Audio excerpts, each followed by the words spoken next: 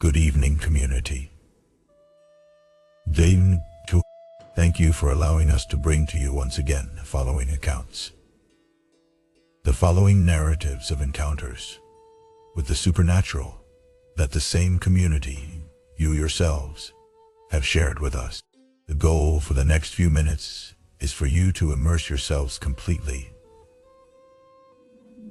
in the following stories, to live them, to be right there in the exact setting where they unfold. So, it's time to turn off the lights, let yourself go, and fully immerse yourself in the following accounts of the night. Good evening, community.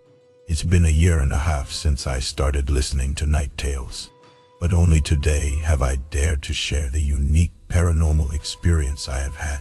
Even though it's a very short and perhaps not very surprising story, I get chills every time I tell it.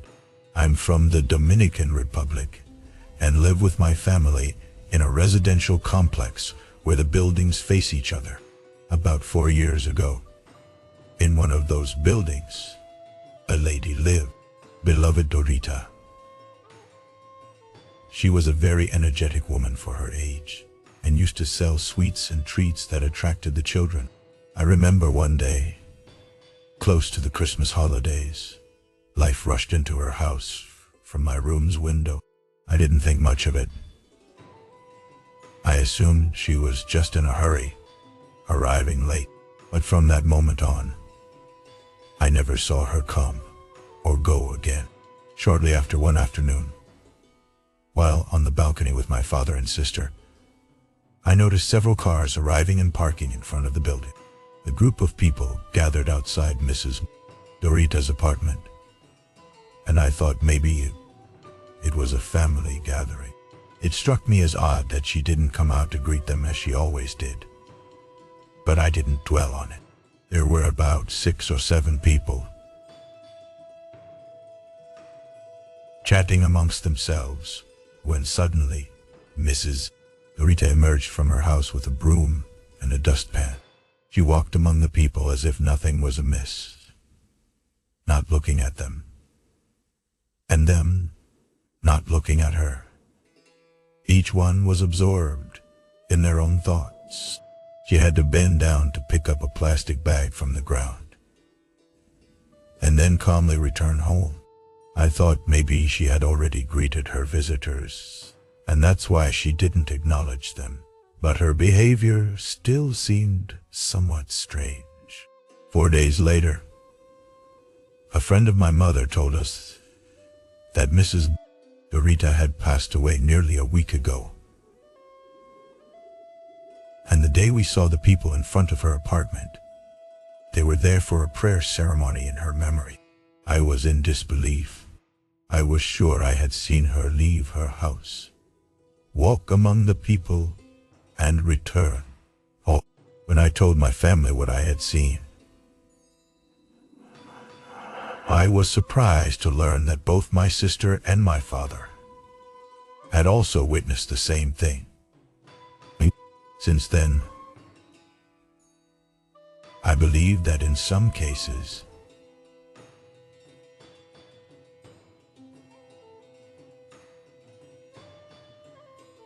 spirits can appear so real that we would never think we are seeing someone who is no longer in this world, that we are seeing a ghost. That is my story. It may not be as shocking as others typically heard to be shared here, I know it, but I wanted to tell it to this amazing community. Thank you very much for reading me, and warm greetings from the Dominican Republic.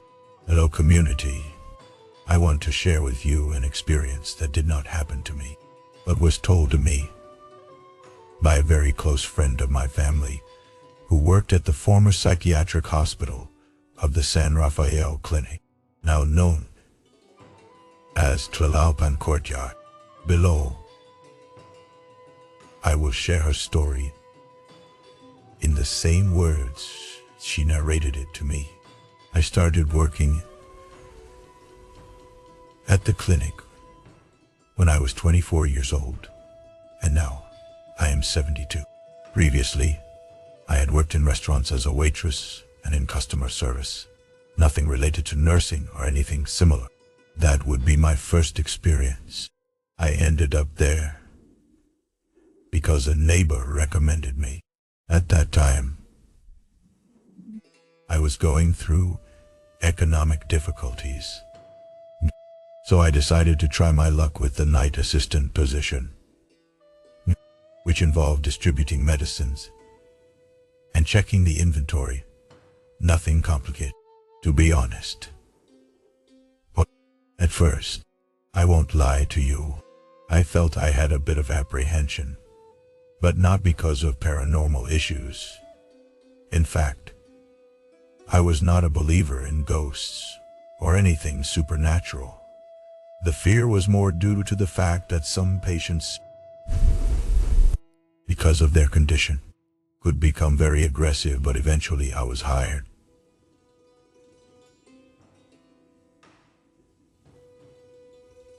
And I was not in a position to refuse a job out of fear. Mine was short. It started at 7 in the evening and usually ended at 11, although there were times when I had to cover another position and stay until 1 in the morning. I remember that in the first few weeks, with no family members to take care of them. Some patients mysteriously disappeared overnight, so they wouldn't take up space in the psychiatric hospital for me. All of this was just gossip, so I didn't pay too much attention. Pay attention to those issues, and well, nothing strange had happened to me until the 3rd week of work. One night, I had to walk through a corridor that many were afraid of. They said they felt watched there, and even told stories of a person quitting after witnessing something in that place. Something they could never overcome. I don't remember the exact time, but that night, while walking towards the inventory, I heard something fall to the floor. I bent down to pick it up, and suddenly I felt a hand clearly touching my head. I quickly turned around, but there was no one. I stood up, and then I distinctly felt someone pulling my hair and heard a cold sigh in my ear. Scared, I left everything and ran to tell a colleague what had happened. She jokingly told me that some patients used to get up at night and not to worry about it. Upset, I replied that there was no one else around. When this happened, I could tell that my comment bothered her. Although she didn't say anything else, she still decided to accompany me to that location. There was nothing. Everything appeared normal, but later I found out that several individuals had experienced the same thing in that empty corridor. Since then, fear prevented me from passing through, but I couldn't afford to quit my job either. The pay wasn't great, but I didn't have many options to switch jobs, so I simply stayed there, enduring the daily fear. How many of us haven't had to endure a job that we can no longer bear? I vividly recall another occasion when I was about to leave, and we heard an elderly patient screaming in a distressing manner. This was quite concerning, as it could upset the other patients. I went with 3 other colleagues to see what was happening, and the we encountered was disturbing. The lady was in a deplorable state in her room, playing with her own fecal matter. I won't go into further details, but it was a haunting sight. The lady I spoke in a language or in a tongue I don't know, completely unfamiliar to me. We tried to calm her down, but it was impossible. Only when other workers arrived, who seemed specialized in these types of situations, were they able to contain her. I left feeling very disturbed. It was something that I found extremely disgusting and grim. When I finished a colleague accompanied me to take my mind off things. He suggested getting some tacos from a stand near the psychiatric hospital. While we were eating, he mentioned hearing rumors that in that place, not only were there sick people, but also exorcisms were practiced. He was convinced that the lady we had just attended to had something strange about her, more than just her madness. Without being rude, I politely declined to discuss the topic. My perception of these things had changed after my first experience. And of course, I didn't want to scare myself anymore. He changed the subject, and that was the end of it. Nevertheless, that incident remained in my mind. On that night, I couldn't sleep for some reason. I also recall clearly that the next day, I took my son to school in the afternoon. I returned home, made my meal, and later went to pick him up to leave him with my sister, so he wouldn't be alone until it was time for me to go to work. While we were on the way, my son, who was 6 years old at that time, asked me a question that left me astonished. "Mom, who accompanies you when you come to pick me up?" He was referring to an elderly man he had seen a couple of times outside with me, just watching when I went to get him at his aunt's house. I clarified that when I went to get him, I was so tired that I didn't go inside my sister's house. I asked him what he was talking about since I never had anyone with me. But he calmly insisted that the man was there by my side, looking inside, which seemed strange to him. By the time he came out, the man had disappeared. I can't lie. Initially, I was concerned, invaded by the thought that perhaps one of the patients was trying to escape from the psychiatric hospital, or that something more inexplicable was happening. I feared that we might be in danger, especially if this gentleman tried to harm my son or my sister, who also had a young daughter. I began to question everything. So I informed my superiors about what my son had told me. However, they paid no attention, ignored me, and said that it was not possible for the patients to escape, upset by their lack of support and because they didn't believe me. I returned to my workplace. It was then that a colleague approached me. She knew what had happened. She knew what I was complaining about. And she told me that it was very common for such things to happen in that place with the staff. She said that what my son saw was not a person, but a tormented soul that had possibly attached itself to me. She warned me that I had to be very, very careful, that it was not something to take lightly, although I knew she was trying to assist me. I got very upset upon hearing that. I asked her not to repeat something like that to me, and she just apologized and left. Sometime later, something happened that completely changed my perspective. Something that still terrifies me to this day with great embarrassment. I have to admit that since then, I even had to buy special underwear because I couldn't control the urge to go to the bathroom at night. Out of fear, I would often have sleep paralysis during those days. So, I ended up going to get a spiritual cleansing with a high school friend, and even my son had to have one too. However, without a doubt, the final straw that made me see reality differently was another event that happened. After almost 4 months of effort, I finally managed to adjust to the conditions of the place. I learned to ignore the strange noises and uncomfortable situations that were happening more frequently in my interactions.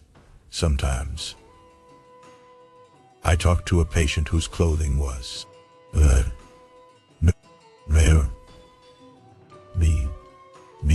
worlds, so worn out that it seemed like it was the one that had been there the longest. I could never see her face properly, and I thank God for that, because the darkness in that area made it difficult to distinguish details. I only noticed that her skin seemed to be covered in layers of dirt, that her lips were extremely dry.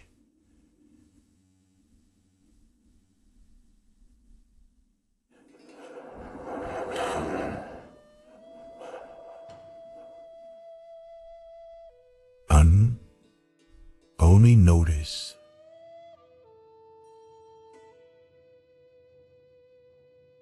it's something I would prefer to forget. In fact, I think my mind has erased how it sounded. Perhaps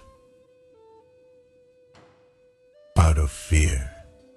Perhaps protecting myself.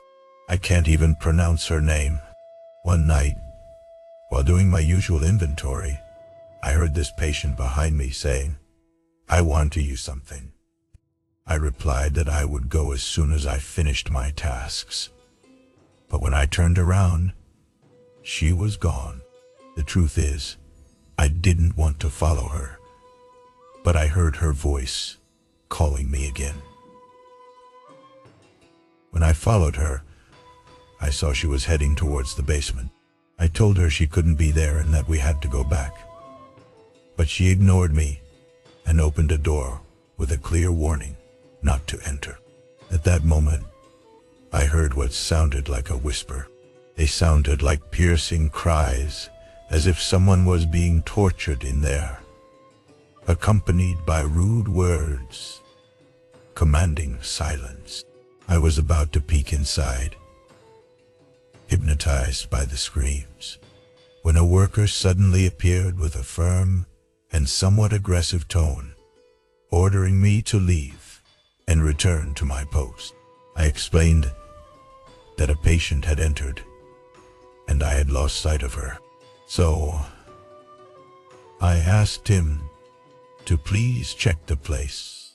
However, he ignored me. Once again, I was urged to leave. Distressed by the patient's situation, I walked away, but couldn't help but feel deeply unsettled. I remembered my colleagues' conversations and wondered if all that seemed like mere gossip could have some truth to it. That night, I couldn't share what had happened with my colleagues, because for some reason, a guard started discreetly following me. Even though I tried to conceal it, I noticed his movements, which only heightened my paranoia. The next day, I spoke with a partner in charge of taking care of the patients, to someone who knew everyone in the place. I asked if the lady had returned safely to her bedroom. Her reaction was one of complete surprise. She looked at me with a frightened expression and a trembling voice, as if she was on the verge of tears. She told me that lady had passed away approximately 2 weeks ago. "I don't understand what you're talking about. You're getting confused, right?" My disbelief mixed with panic. I described the lady, even mentioning the bedroom where I had seen her, to make sure we were talking about the same person. My partner quickly dismissed any possibility. It was the same person, but she couldn't have seen her because she had died 2 weeks ago. I couldn't believe it because not only had I seen her, But I had also spoken to her. Just a week ago, I greeted her as I was on my way to attend a specialist's call. How was this possible? I know many have told me it sounds completely absurd, and they don't believe me. But I can assure you that this is exactly what happened. I swear, it's not my imagination. I saw her as a genuine individual after this incident. I clearly decided to quit. I didn't want to have any more association with that place, although some colleagues had become very close over time. I made the choice to off all ties with that hospital. I even moved far away from there. As anomalies began to occur in my house that I prefer not to recall. My sister still lives nearby, but she is terrified to go to that square. When they go to the movies, they prefer to go to Paranormal because they don't feel comfortable in that place. On the other hand, my son doesn't remember anything.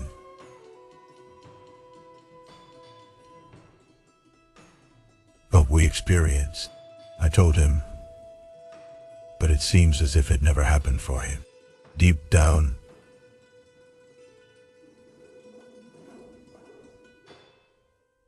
I thank God for that. Nowadays, I no longer fear the paranormal.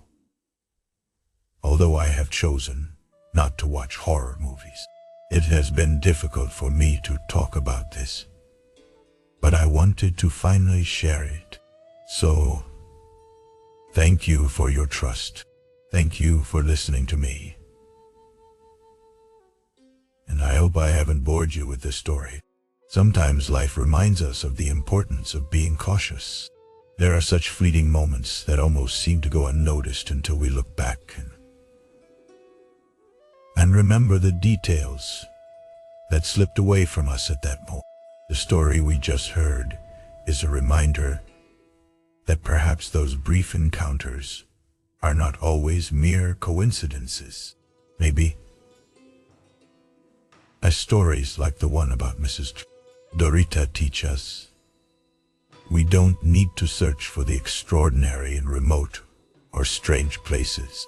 Sometimes the supernatural finds us right in familiar spaces, in the same neighborhood where we have lived all our lives. But don't let your guard down, community. We never know when or how something will appear and make us protagonists of our own ghost story.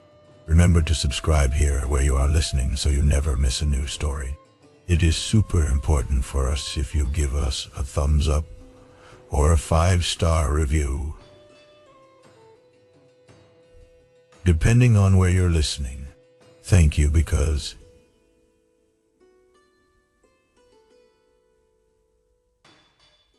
if stories continue,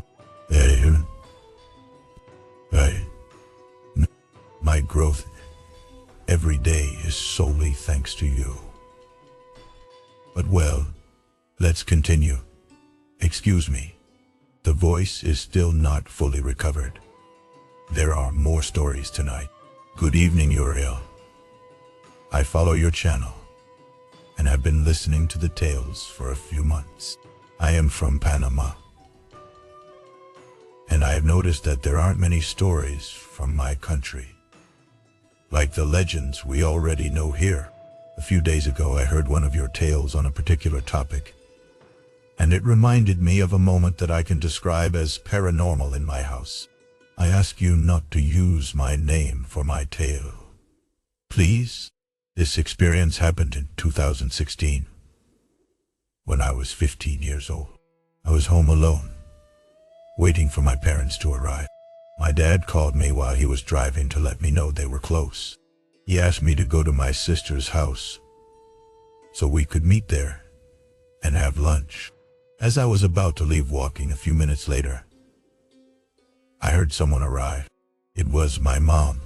I greeted her, although I found it strange that she came alone, because according to the plan, both of them were supposed to go straight to my sister's house. I told my mother that she had come to the house. I thought you were going to leave with my sister too. What? My mother did not enter the house, but my dog greeted her happily. As always, she placed her umbrella on one of the windows.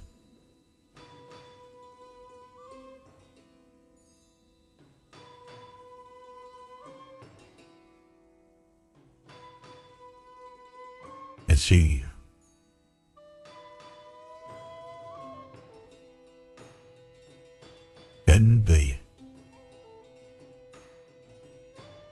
said she was going to check on the hens. My parents have always raised hens. They take care of them a lot, so I didn't think anything strange. I thought she was just going to check if they were okay, and then we would leave. I thought that when she returned from the yard, we would go.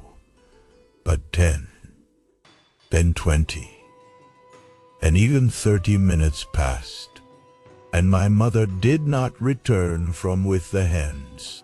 I went out to see if she needed help so we could leave soon. But when I looked around, I felt a very strange pressure in my chest, a sensation of panic. There was no one in the yard. I looked towards the window, and the umbrella she had placed there was also not there. I swear I saw her put it there. I entered the house and searched for my cell phone. I called my father. Dad, have you arrived? I asked. Yes, we just arrived. Come on, he replied. I didn't tell him anything about what had just happened.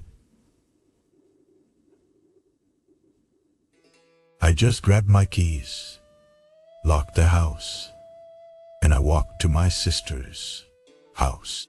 As soon as I arrived, I told them what had happened. My mother looked somewhat surprised, but only said it must be my spirit that arrived first in my family. We have had several events that we cannot explain, and we firmly believe in the existence of ghosts, bad energies, demons, and all that. I suppose that's why my mother wasn't so surprised. But when I heard that chapter about doppelgangers, about evil substitutes, I remembered this experience, and for some reason, it scared me even more in retrospect. I hope you can narrate it, and especially find out if anyone has had more interaction with one of these beings. Greetings from Panama. Hello. Friends of Night Tales. My name is Jimena, and I am originally from Ciudad Victoria, Tamaulipas. I would like to share my story about the inherited gifts passed down from generation to generation. My mother always told me that if I saw enough, I could summon things. And I never believed her. I am the only great-granddaughter who got to meet my great-grandmother. A woman, strong and energetically, was one of those elderly ladies who cured you from fright and swept you with chili, egg, and basil. She was the main guardian.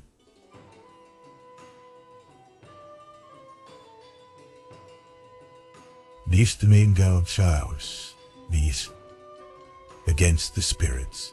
Unfortunately, she passed away in 2016 due to a failed operation at a hospital here in Mexico. She was already old, being 95 years old when she died. A month after her passing, I started experiencing health issues.